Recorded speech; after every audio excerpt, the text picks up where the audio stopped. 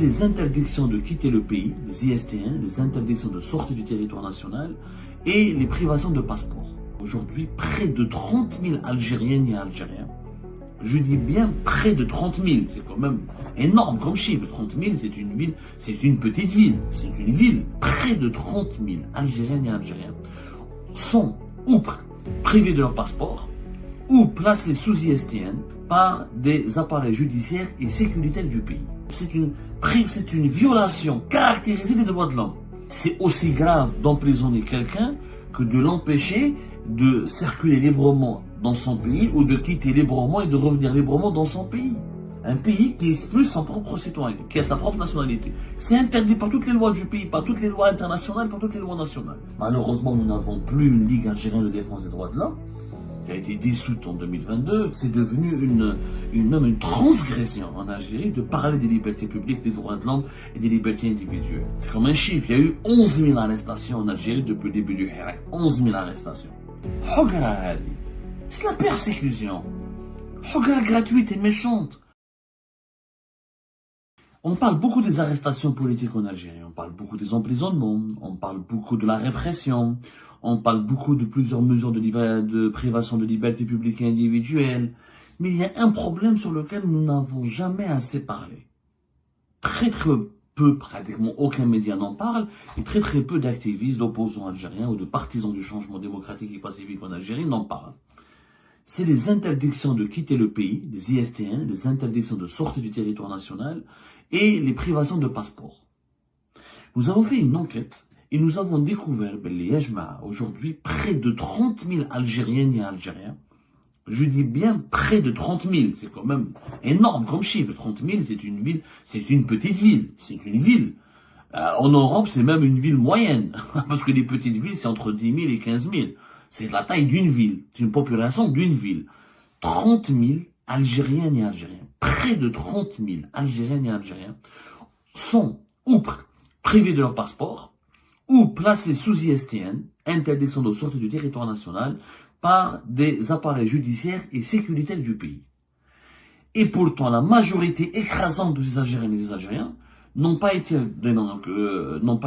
jugés coupables, ou ils ont été déjà jugés et ils ont écopé d'un sursis, ou font juste l'objet d'une enquête préliminaire qui dure depuis des mois, même voire des années, ou c'est des mesures de représailles juste contre des proches de certaines personnalités médiatiques ou politiques ou économiques qui dérangent le pouvoir algérien.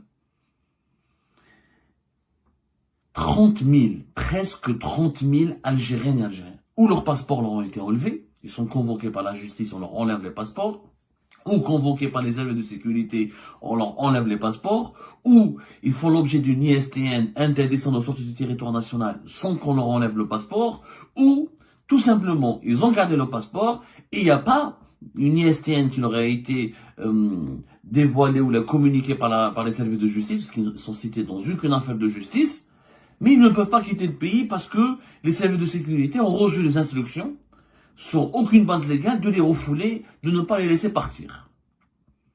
C'est un énorme problème. C'est une violation caractérisée des droits de l'homme.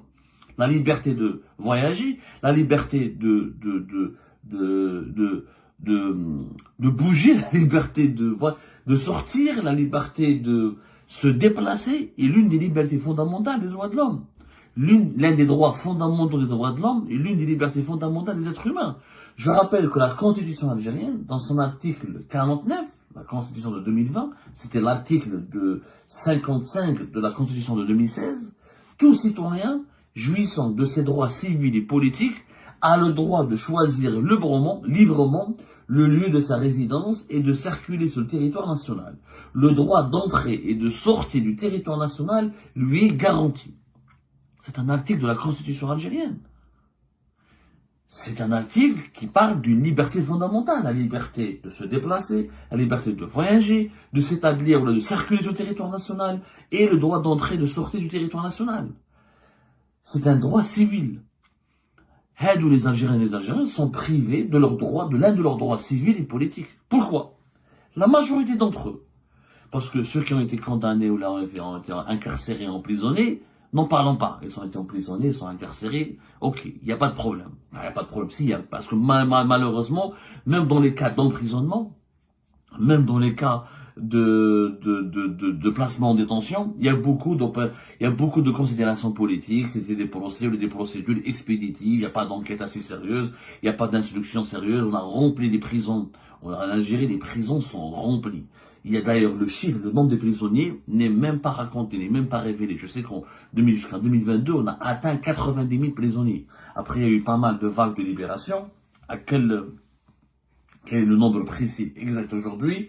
On n'en sait pas. On est en train de faire une enquête à la Algérie Part. On va essayer prochainement d'avoir le véritable chiffre ou les données les plus précises. Mais la majorité des personnes à qui on a enlevé les passeports ou là on leur demande de ne pas quitter le pays, c'est de l'arbitraire. C'est des proches de personnalités politiques, c'est des proches d'hommes d'affaires, c'est des proches d'acteurs économiques qui font l'objet d'enquêtes ou là qui sont accablés ou là qui sont condamnés par les autorités algériennes. C'est des personnes juste suspectées d'avoir ou jouer un rôle, même s'il est insignifiant, dans certaines opérations politiques ou économiques. Il n'y a aucune base juridique. Mais qu'est-ce qu'une base juridique? Il y a des femmes, il y a des enfants, il y a des mineurs, il y a des vieilles femmes, il y a des mamans, il y a des grands-parents, des personnes âgées, des femmes et des enfants qui font l'objet de l'interdiction de quitter le pays, à qui on a enlevé le passeport, ou là à qui on n'a même pas enlevé le passeport, mais on leur dit vous n'avez pas le droit de quitter le pays. Sur quelle base? Non, juste parce que vous êtes les parents de tel opposant, de tel homme d'affaires, de tel ancien haut responsable, de tel ancien général, et comme ces personnes, comme vos parents ne sont pas sont ciblés par le pouvoir actuel, sont déclarés comme les ennemis du pouvoir actuel, ne sont pas appréciés par le pouvoir actuel, ou sont dans le viseur du pouvoir actuel, ou ils sont diabolisés par le pouvoir actuel, et ben vous n'avez pas le droit de voyager, ni de sortir, ni de quitter le pays. C'est une anomalie sur laquelle nous ne parlons pas assez. Je suis désolé. Pour moi, c'est aussi grave d'emprisonner quelqu'un que de l'empêcher de circuler librement dans son pays ou de quitter librement et de revenir librement dans son pays. On a oublié que cette année, il y a eu des affaires extrêmement graves. L'affaire du journaliste Walid Alilet. Rappelez-vous, c'était en 2024, qui a été refoulé de l'aéroport international d'Alger. Alors qu'il est algérien. Cette affaire, on n'en a jamais parlé. Ça s'est passé... Quand est-ce que ça s'est passé? C'était en avril. En avril 2024, il a été retenu pendant 11 heures dans les locaux de la police aux frontières de l'aéroport d'Alger. Après, on lui a demandé de quitter le pays. Alors qu'il n'est même pas binational. Ça s'est passé en avril 2024, récemment, juste parce qu'il travaille pour Jeune Afrique. Et Jeune Afrique est classé comme étant un média ennemi du régime algérien parce qu'il est pro-marocain, parce qu'il n'est pas favorable à l'indépendance du Sahara occidental, il n'est pas favorable au Polisario, il n'écrit pas, il ne publie pas des articles critiques contre le Maroc dans ce dossier-là. Il publie plus d'articles, effectivement, de Jeune Afrique, et plus critiques vis-à-vis de l'Algérie que du Maroc. Il est proche du Maroc, mais Walid Alilet n'est pas directeur de Jeune Afrique, n'a jamais occupé une poste importante. C'est juste au sein de la direction de Jeune Afrique, il n'est pas décideur. C'est juste un journaliste qui est établi en France depuis 2004.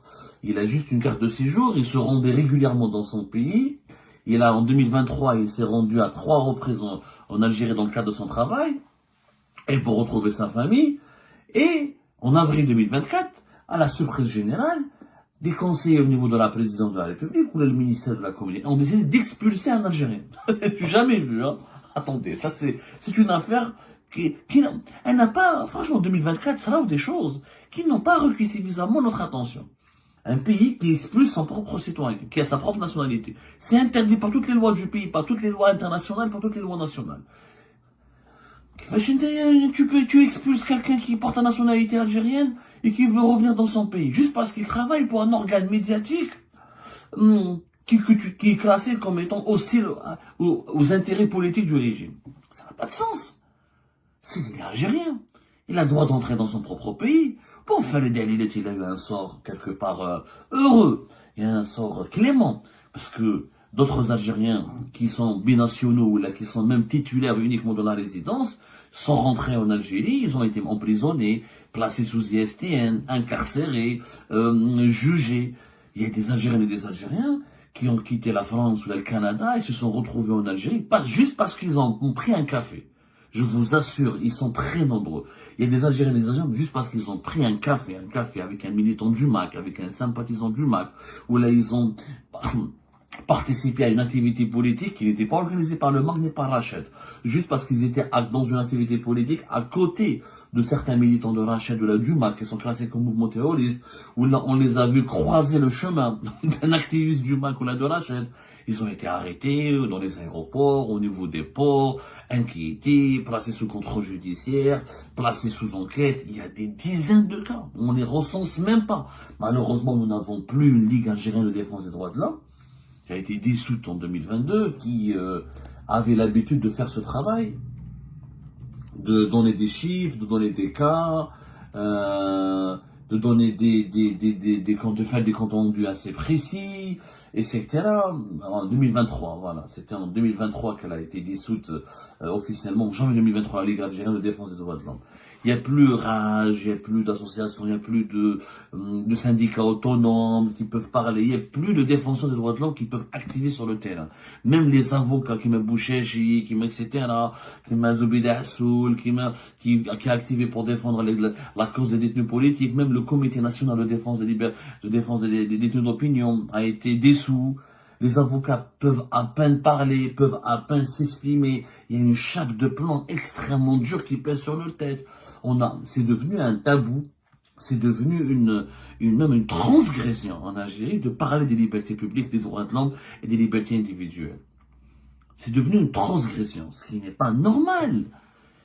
On n'a jamais vécu ça, y compris durant la décennie noire. Durant la décennie noire, des parents de terroristes, des cousins, des enfants de terroristes n'ont pas été retenus en otage, n'ont pas été pris en otage, n'ont pas été dépossédés de leur passeport, n'ont pas été interdits de quitter le pays, n'ont pas subi les représailles.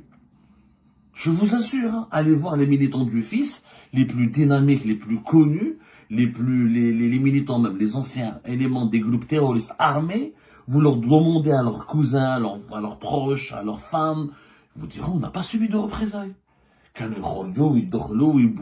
Sauf si il y avait leur implication dans des opérations, dans des actes politiques était avérée. Mais l'Algérie n'a jamais, le régime algérien, les précédents, voilà, excusez-moi, les précédents régimes algériens n'ont jamais jugé, n'ont jamais ciblé, n'ont jamais accablé, n'ont jamais réprimé des proches ou des parents de terroristes ou de personnes politiques radicales, juste parce qu'ils sont des liens de parenté, juste parce qu'ils ont des liens de parenté avec eux, ou là, juste parce qu'ils sont leurs parents. Ça n'a jamais été. Je ne connais pas de cas. Il y a eu des cas isolés, mais là, il y a eu des cas isolés certainement, mais là, nous sommes dans une généralisation de cette pratique.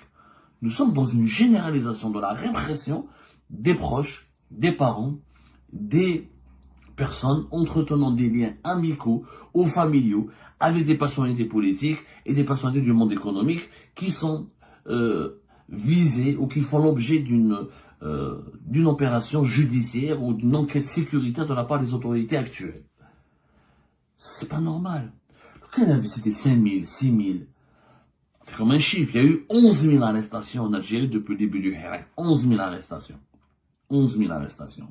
Mais là, c'est le double concernant les privations de passeport et les interdictions de sortie du territoire national. Plus de 25 000 jusqu'à 30 000. On a atteint le chiffre presque de 30 000 à la fin de cette année 2024. C'est une pratique systématique. Dès qu'il y a un problème avec quelqu'un, allez, on vise ses enfants, on vise sa femme, on vise ses proches, on vise ses parents. C'est pas normal. Il y a eu des cas de vengeance extrêmement graves. Les militaires, il y a des militaires, des généraux qui ont servi le pays pendant des décennies, pendant toute leur vie. Ils sont tombés dans des affaires judiciaires, ils sont à la prison militaire de Blida. Leurs proches, je dis bien leurs proches, des parents à eux, leurs anciennes femmes, leurs femmes, leurs épouses, leurs enfants, ne peuvent pas se soigner à l'hôpital militaire de Ain Nadja. Ils ont été chassés de l'hôpital militaire de Ain Nadja. Ils ont été chassés des centres de repos familiaux de l'armée. Ils ne peuvent plus accéder au cercle militaire de Beni Messous. Alors que c'est des parents de militaires. Ils sont la famille de généraux qui ont servi le pays durant toute leur vie. C'est la persécution. Gratuite et méchante.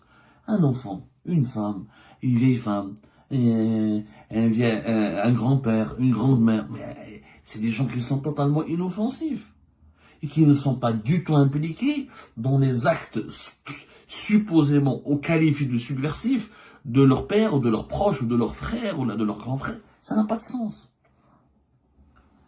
Le tabou entourant cette question perdure encore malheureusement. Parle pas. En Algérie, pour que les gens parlent de toi, pour que les médias indépendants, le peu de médias indépendants qui ne restent pratiquement plus, pour que les activistes parlent de toi, pour que les réseaux sociaux parlent de toi, il faut aller en prison. Si tu ne vas pas en prison, marche mahkour.